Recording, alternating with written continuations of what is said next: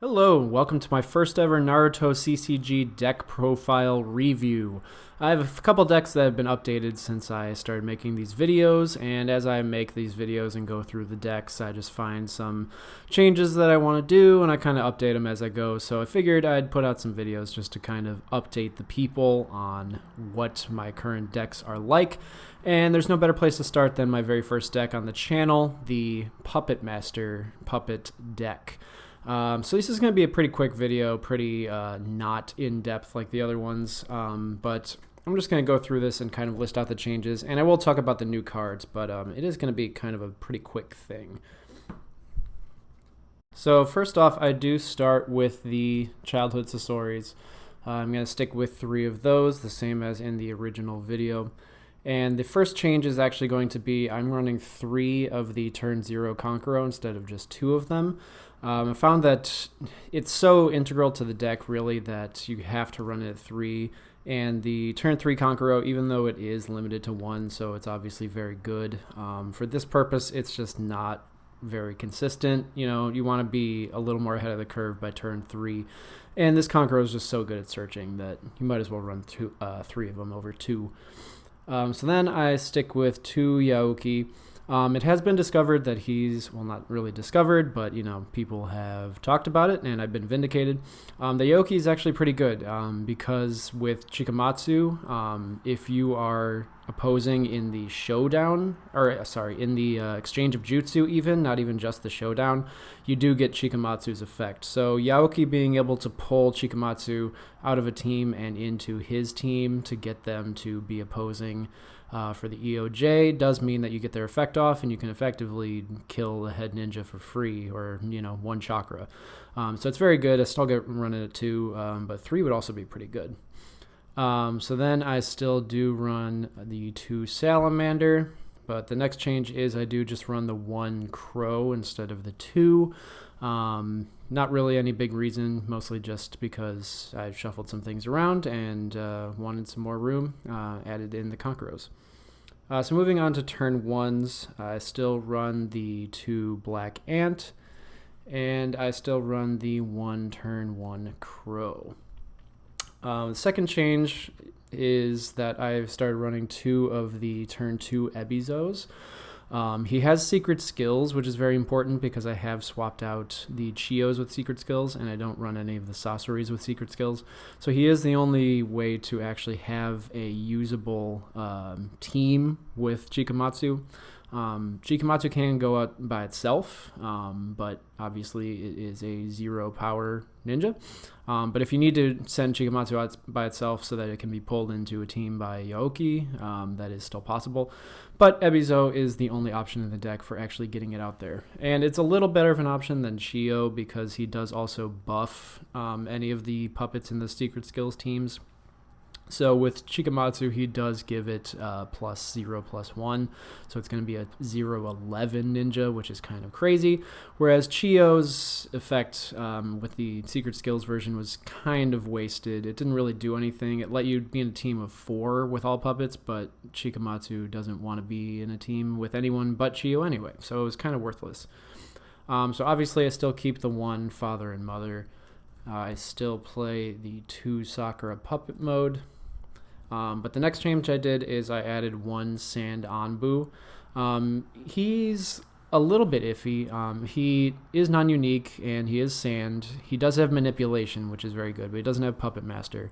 But his effect is very good because he gives puppets in your chakra area ambush. And the Chiyo I've swapped out allows you to move chakra from your discard to your chakra area, allowing you to kind of shuffle from your discard onto the field as long as you have ambush for those ninjas. So that's very good. And with the ability to swarm pretty quickly in this version of the deck, being able to put him in play if you have 4 or more puppets is also pretty good. So then I'm going to be keeping the 1 Ebizo because he is broken and he shouldn't be allowed at all. So if he is allowed, I'm going to run 1 of them. But then I have the 2 Chiyo. I did run this at 1 before with the 2 secret skills Chiyos, but now I just have 2 Chiyo overall, and it is the 2 power of 10 Chiyo. It's a very good Chiyo, and I do still believe that the Secret Skills Chikamatsu tech is very good, but if you can just get it with the Ebizos instead of Chiyos, that's very good, because this Chiyo is allowing you to win battle rewards simply by existing, which is extremely powerful. And in this version of the deck where broken crap like Ebizo is allowed, you can get a turn or a entrance cost of 10 or more with puppets kind of very easily. You have like Sasori puppet mode is a puppet. You can bring out the third Kazekage, he's a puppet. The Kankuro and Black Ant is a puppet. So there are a lot of ways to kind of artificially pump your entrance costs, even just by putting them in play. So having 2 of her is very good. It's just another Puppet Master also. I keep the 1 Hiruko. He's very good. I still keep the 2 Chikamatsu, even with the kind of updated information. I still keep the 2 Sasori with the flashpoint, and I still keep 1 third Kazekage because he's just very, very good. I still keep the 1 Big Bang. I actually added in 1 Puppet Master Jutsu. I can only run 1 because I still have the limited Puppet Master Jutsu. But I added in this 1 because it's basically the same as Yaoki's effect, where you can move a target into the team. Unlike Yaoki, it can be anywhere on the field. It can be in your village. And with Puppet Master, it gets pseudo mastery, or kind of better mastery, I guess. So if you have a Puppet Master and they're in multiple teams, like you have an Ebizo, you have a Chiyo, and you have a Hiruko, which is a very easy setup to have. If you have a Chikamatsu on the field, you can Puppet Master Jutsu to bring it from your village into, let's say, Ebizo's team. Now Chikamatsu has been opposing during the EOJ, so he's going to kill that head ninja. The Puppet Master Jutsu goes back into your hand. Chiyo can play it, pull the Chikamatsu into her team. That head ninja is going to die. Jutsu goes back to your hand. Hiruko uses it. That head ninja is going to die. And then, obviously, the ninja stays in that team. So it's kind of an incredibly powerful tech. And if you have, like, Yaoki, you can even do that a 4th time somehow, if you need to or if possible. But, yeah, so I just added in 1 of that. It's not a tech to rely on, but it is just really, really strong. So I kept 2 Substitution by Puppets. I kept 2 Poison Senbon streams. I kept 2 Puppet Master Jutsus. The name convention stays, which is why I can only run the 1 of the other Puppet Master Jutsu, because you can only have 3 Puppet Master Jutsus in your deck, even if they are different cards. I have the 1 Chakra Threads that I've added in. That is a new addition. I removed the 2 Puppet Summonings, because without Chiyo, you can't get the expert effect, and there isn't really a target for the entrance cost having secret skills. So it wasn't really effective, and it's just not very good without the Chiyos. So Chakra Thread is kind of a substitute. It still needs to be manipulation of a turn 3 or higher, but it doesn't really have any other stipulations. It doesn't need to be Puppet Master, so the Sand Anbu can use it, Hiruko can use it, the turn 3 Ebizo can use it, Sasori can use it, and some of the reinforcements can use it too. So it's kind of better, and I just run it at 1 because it's not so good that it's worth running more of, and I don't really have the space. Kept 1 Hydro Pump. It is very strong, especially in puppets. Very, very good. And then I run the 2 Hidden Village of the Wind still. I still run the 3 Loss. That's the same. I still run the 2 Sasori of the Red Sands. I still run the 2 Entrustments. I still run the 1 Kankuro's Puppet Show. And I have dropped down to 1 Kankuro's Tenacity. Tenacity is pretty good, but it's a turn 4 mission, and that's kind of late.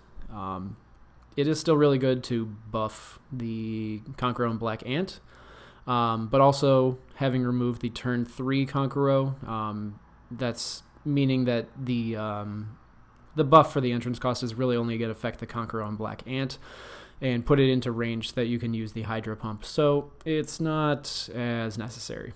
And the effect isn't so good that I want 2 of it to actually use as a mission. Last but not least, I still run the 1 Kankuro and Black Ant, obviously. I still run the 1 Sakura and Chiyo squad. And I have removed the Sasori puppet mode because it is unplayable without the Chibi Sasori. So if possible, I would be running 3, but I run the 1 Sasori puppet mode, Puppet Paragon. So that is basically the conclusion of the deck. Obviously, you want to run 3 of any of these except for the Kankuro and Black Ant because it is limited to 1. But you're going to want to run 3 Sakura and Chiyo, 3 Sasori puppet modes. I just don't own them, and it's not that competitive. So, and obviously, like any deck, you'll want to run 15 total, so you'll have to run a bunch of filler. So that's essentially it. That's the updated version. The big changes are adding the Ebizos and swapping out the Chiyos. But then I just wanted to update you guys on how Chikamatsu works.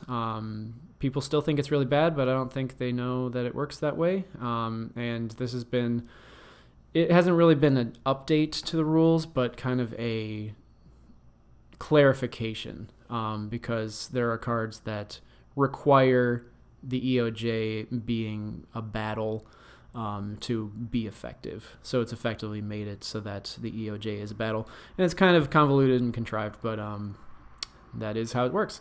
So yeah, this is the update for my Puppet deck. Pretty short and sweet.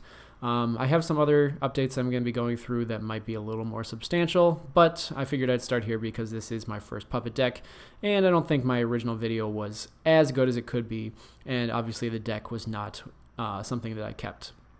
So if you like this kind of format, leave a comment down below, leave a like, leave a subscription.